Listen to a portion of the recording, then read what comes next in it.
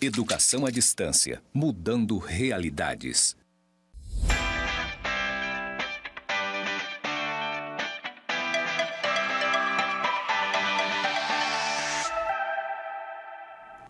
Saudações, é um prazer estar com você nessa jornada, no curso de Tecnólogo em Gestão Comercial. Me chamo Carlos Felipe, sou professor de Economia no Instituto Federal de Rondônia, no IFRO, campus Porto Velho, Zona Norte. Trabalhamos juntos a disciplina Desenvolvimento Regional. Nessa nossa terceira aula, estudaremos sobre estratégias de desenvolvimento, estratégias e ações de desenvolvimento regional. Vamos para a aula.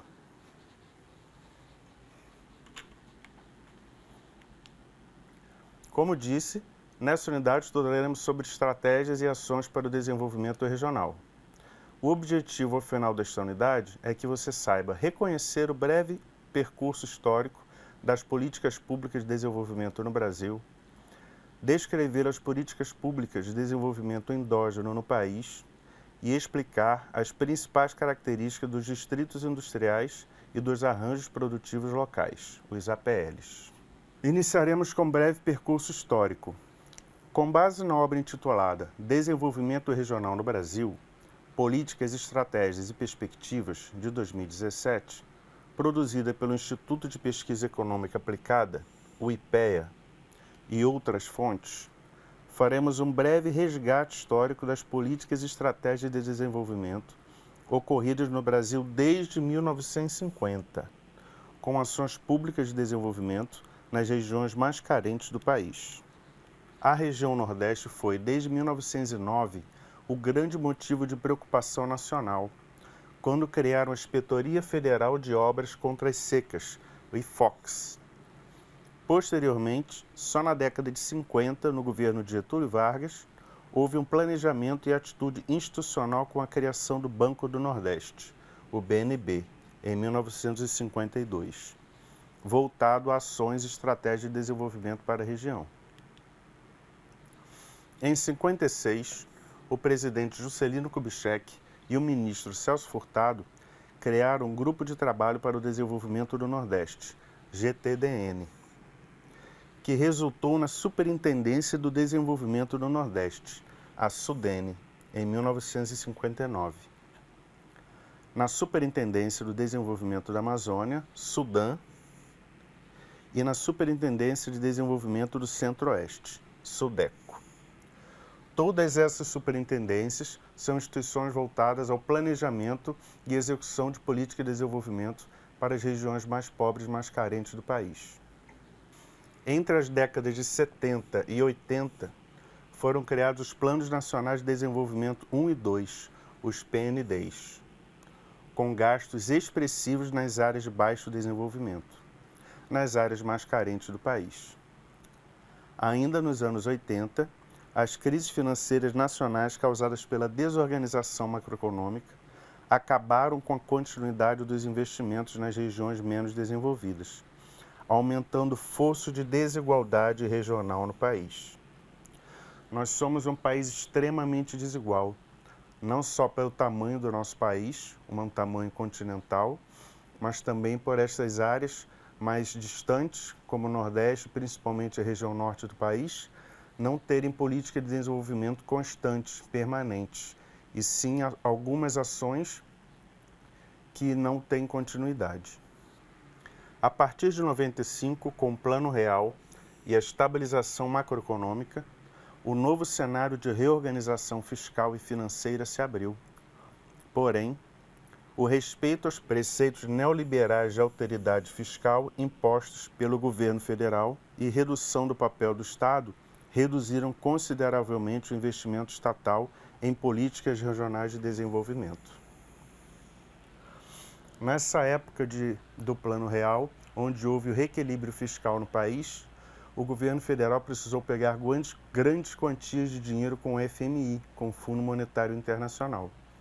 E este fundo, para emprestar esses recursos, ele fez algumas cobranças essas de austeridade fiscal. Essa austeridade fiscal impediu que investimentos grandes fossem realizados nas regiões mais distantes, mais remotas do país. Por isso, políticas regionais de desenvolvimento foram interrompidas, foram reduzidas drasticamente. Houve uma drástica redução de aportes aos fundos constitucionais de desenvolvimento, como o Fundo Constitucional de Financiamento do Norte, o FNO, Fundo Constitucional de Financiamento do Nordeste, o FNE, e o Fundo Constitucional de Financiamento do Centro-Oeste, o FCO, destinados por lei constitucional às regiões Norte, Nordeste e Centro-Oeste do país, que tiveram sua base de arrecadação reduzida. Segundo Monteiro Neto Castro e Brandão, estudiosos do tema, este foi um período de baixo crescimento da economia brasileira e retorno à preocupação do agravamento dos desequilíbrios locais.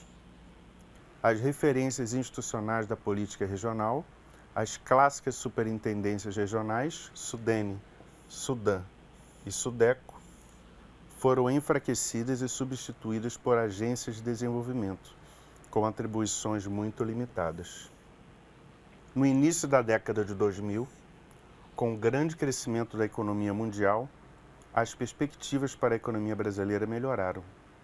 A partir de 2003, novas propostas de políticas públicas de desenvolvimento regional foram apresentadas pelo governo federal, focadas na superação de fatores como dificuldade para a convergência das rendas per capita estaduais, a recorrente concentração dos recursos das políticas regionais nas grandes áreas metropolitanas das regiões Norte e Nordeste, sem chegar às periferias.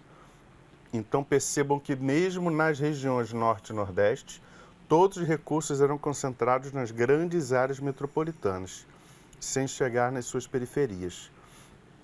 E aí pensamos em estados enormes, como o estado do Amazonas, como o estado do Pará, onde você tem recursos focados só nas capitais, enquanto tem uma periferia gigantesca sem assistência alguma.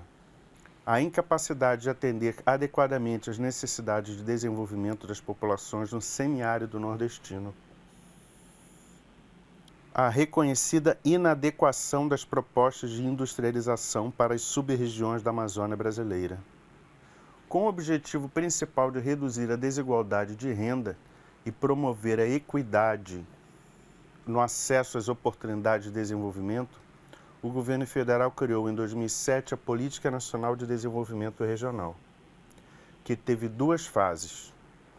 Seus principais objetivos eram a promoção de convergência de rendas per capita, segundo critérios estabelecidos, a promoção de competitividade produtiva, a agregação de valor e diversificação da economia em seções que apresentam forte especialização na produção de commodities agrícolas e ou minerais, e o fortalecimento da rede de cidades médias.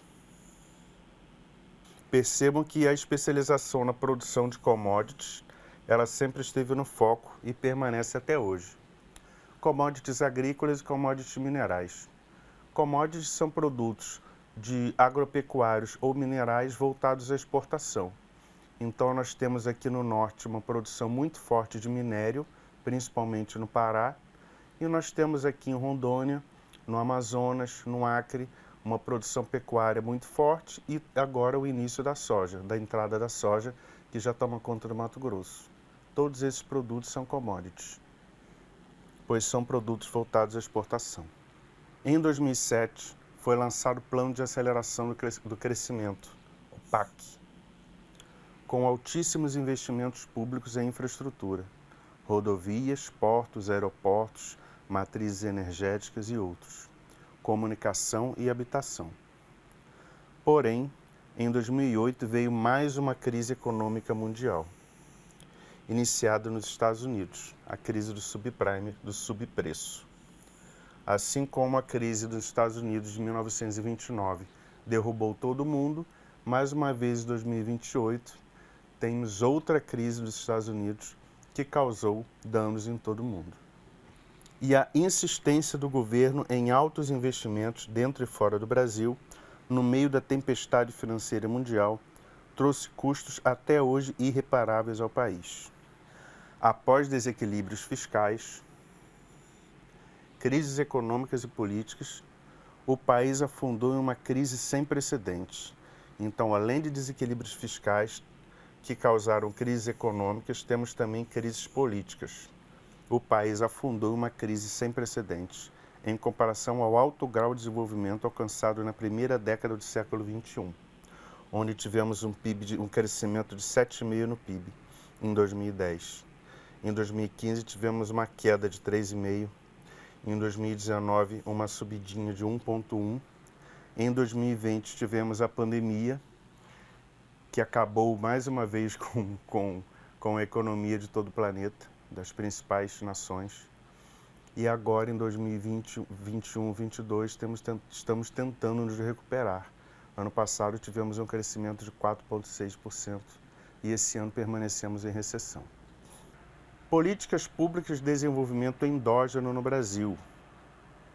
As mais graves disparidades regionais, diferenças regionais, regiões mais e menos desenvolvidas, decorrem das escolhas dos governos centrais, por meio de suas políticas públicas, de intervenções a partir de investimentos setoriais, investimento em determinados setores da economia, com políticas públicas específicas, que na maior parte das vezes desconsideram a gestão territorial e a complexidade do espaço nacional, resultando em um cenário de agudas desigualdades inter- e intra-regionais.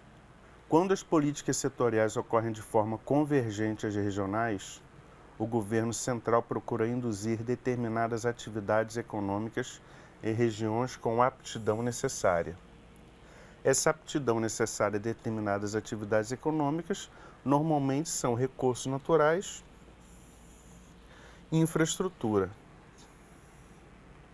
Essa infraestrutura voltada sempre à questão logística, que é o escoamento da produção, e não só o escoamento da produção, mas também a chegada de insumos para essa respectiva produção. Na capacitação técnica, fundamental ao desenvolvimento de qualquer atividade econômica, que é a mão de obra especializada, prestação de serviço e assistência técnica. E crédito, fundamental também ao desenvolvimento de qualquer atividade econômica, que é o financiamento para o início das atividades, início ou manutenção das atividades. A partir daí, a iniciativa privada inicia as atividades com o propósito de desenvolver economicamente e socialmente aquela determinada região. Então, quando ele diz a partir daí, é a partir desse apoio, dessa política pública de desenvolvimento do Estado, voltada à indução ao desenvolvimento. A partir dessa indução, a iniciativa privada inicia suas atividades, com o propósito de desenvolver economicamente e socialmente aquela região. Desse modo, as políticas de planejamento regional adquirem relevância uma vez que se constituem como portfólio de opções setoriais que no conjunto pretendem romper ciclos de pobreza e desequilíbrios inter- e intraespaciais. No Brasil, tivemos investimentos públicos setoriais, investimentos públicos em determinados setores da economia, com a estratégia de polos de desenvolvimento. O primeiro PND, Plano Nacional de Desenvolvimento, em 1972 a 74, teve o objetivo de expandir o mercado interno e descentralizar a produção, centralizada na região sudeste, principalmente em São Paulo, com a criação de polos regionais no sul e no nordeste, do tipo agrícola industriais, e no Planalto Central, região centro-oeste, e na Amazônia, de natureza agrícola mineral. Então, região sul e nordeste, agricultura e indústria. Na região norte, agricultura e exploração mineral. Nota-se aí um direcionamento. Então, quando você tem uma política pública de desenvolvimento setorial, um investimento setorial, é claro que é um direcionamento para atividades somente primárias, agropecuária e extrativismo, no caso citado mineral, para a Amazônia, sem indústrias, para o beneficiamento dos produtos, agregação de valor, geração de emprego e distribuição interna de renda. Então, quando você investe apenas na extração daquele material, apenas na agricultura, na produção de um produto primário, como o minério de ferro, como uma soja em caroça, como um boi gordo, e não investe em indústria para beneficiar esse produto, você deixa de agregar valor. Quando você deixa de agregar aquele valor àquele produto, esse valor será agregado lá em outra região industrializada, que no caso é o Centro-Oeste. Então, naquela região ali da Amazônia, onde se investiram na produção de produtos primários, ficará o menor valor desse produto. O maior valor, que é o valor agregado a ele na indústria, no seu beneficiamento, na sua transformação, ele vai para outra região, sem beneficiar a região onde ele foi produzido. Essa é a grande crítica. Pois na produção de produtos primários você tem uma menor geração de emprego e, assim, uma menor distribuição interna de renda. Nos anos de 75 a 79, ocorreu o segundo PND, o segundo Plano Nacional de Desenvolvimento. Como explica o autor Tavares, estudioso do tema, o segundo PND, com a intenção de avançar a industrialização, consagra a estratégia de polos de desenvolvimento.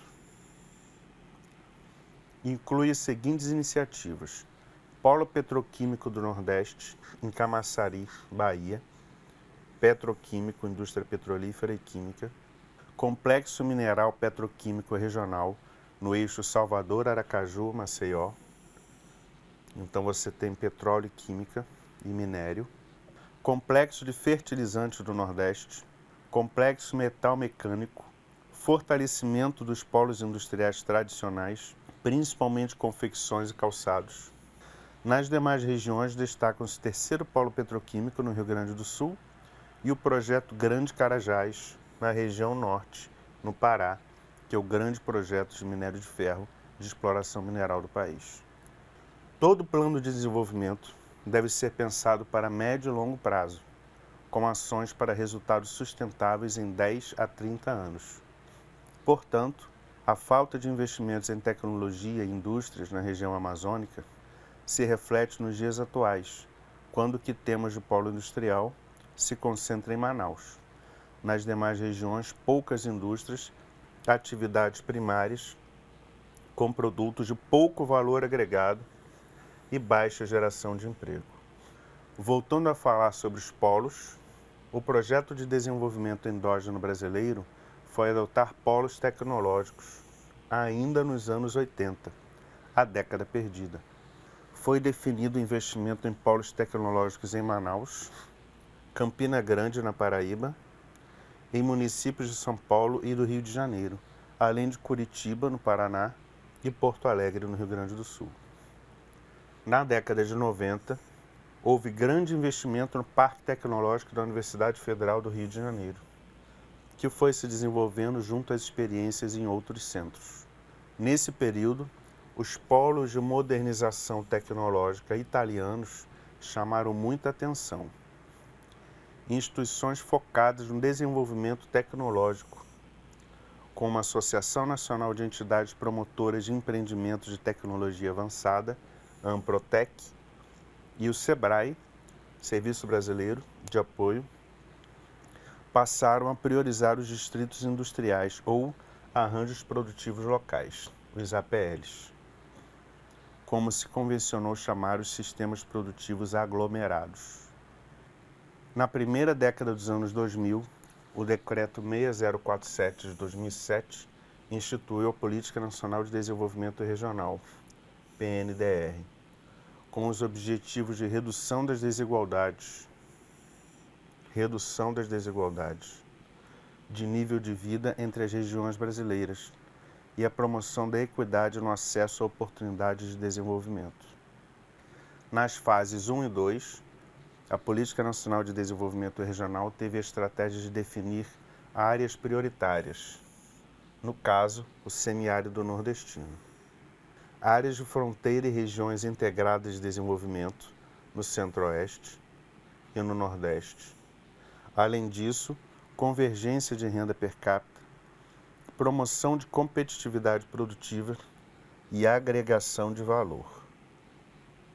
Diversificação da economia na especialização da produção e commodities agrícolas ou minerais e o fortalecimento da rede de cidades médias.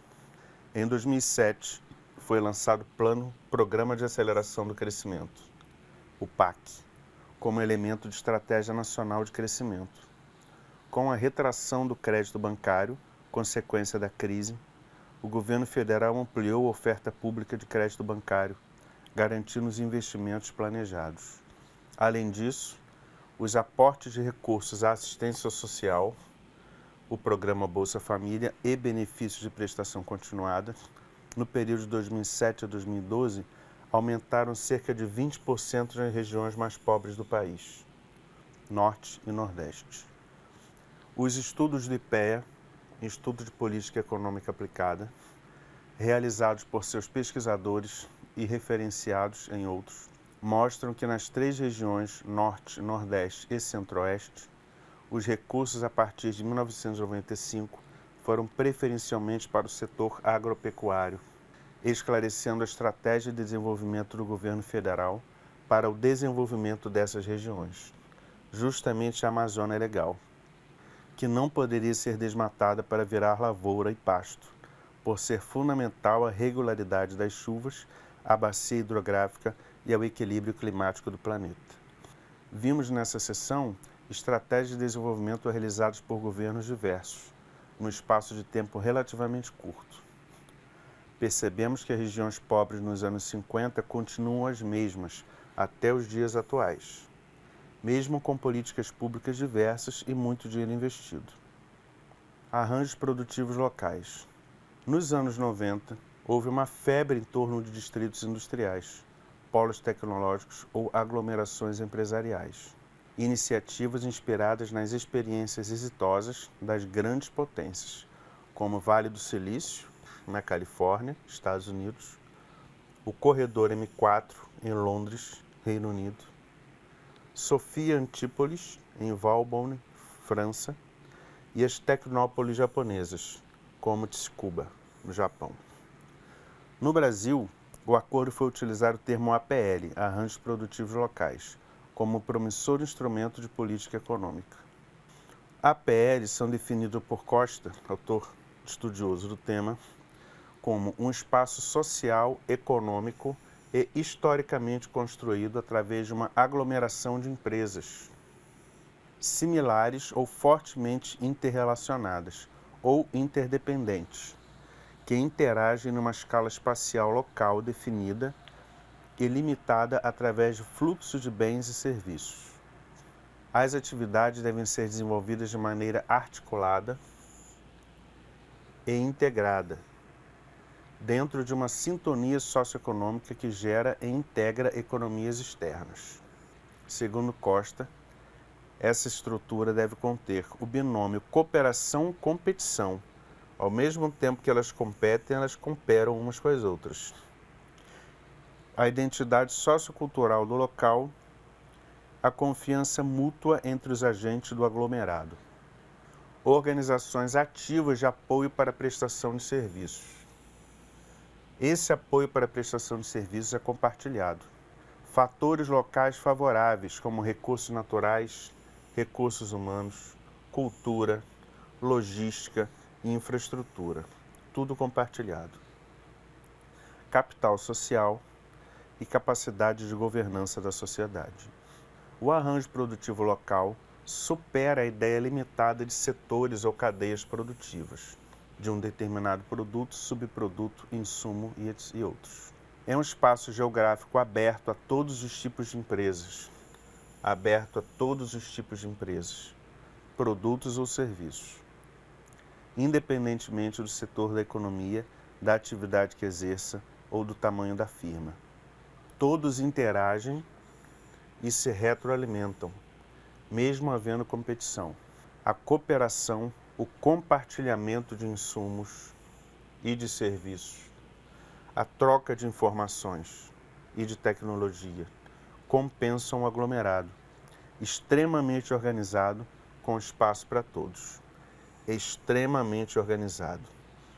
Então percebam que é um espaço compartilhado, mesmo que algumas empresas sejam concorrentes na determinada prestação de serviço ou no determinado produto. Esse espaço compartilhado faz com que eles possam compartilhar insumos ou serviços. Então você, dentro daquele aglomerado, você tem uma empresa de prestação de serviço, de manutenção de máquinas que preste serviço para todos. Um trabalho especializado que preste serviço para todos. Você pode ter um restaurante que vai fornecer alimentação para todos os trabalhadores. Você vai trocar informações, trocar tecnologia. Então o espaço é um aglomerado de empresas, onde mesmo competindo, todas compartilham, todas cooperam umas com as outras. Outro fator fundamental é o compartilhamento de mão de obra, prestação de serviço, de insumos, de matéria-prima, de máquinas e equipamentos, serviços especializados, de logística, de assistência técnica e outros. Dessa forma, os custos de transação reduzem muito, gerando eficiência, diferenciação, qualidade, competitividade e lucratividade que jamais alcançariam sozinhos ou isolados. Os principais polos tecnológicos do Brasil são Porto Digital, em Recife, Pernambuco, Tecnopuc, em Porto Alegre, Rio Grande do Sul, São Pedro Valley, em Belo Horizonte, Minas Gerais, Parque Tecnológico de São José dos Campos, São Paulo, Capital da Inovação, em Florianópolis, Santa Catarina, Joinville, em Joinville, Santa Catarina, Vale da Eletrônica, em Santa Rita do Sapucaí, Minas Gerais, Fundação Unicamp, em Campinas, São Paulo, ITA, Instituto Tecnológico da Aeronáutica, em São José dos Campos, São Paulo, Parque Tecnológico, em São José dos Campos, São Paulo, outro, né? Programa Hélice, em Caxias do Sul, Rio Grande do Sul, Parque Tecnológico da UFRJ, no Rio de Janeiro, Parque Tecnológico Sapiens, também em Florianópolis, Santa Catarina, e em Rondônia temos o Tambaqui Valley, em Porto Velho, Rondônia. Para complementar seus conhecimentos sobre o tema, assista aos vídeos O que são APLs, do Observatório Brasileiro de Arranjos Produtivos Locais, disponível neste link disponível para vocês. E Arranjos Produtivos Locais geram emprego e renda no Brasil, TV Brasil Gov. Essa é a nossa referência da unidade de hoje. E assim concluímos nossa aula 3. Muito obrigado pela oportunidade e até a próxima aula.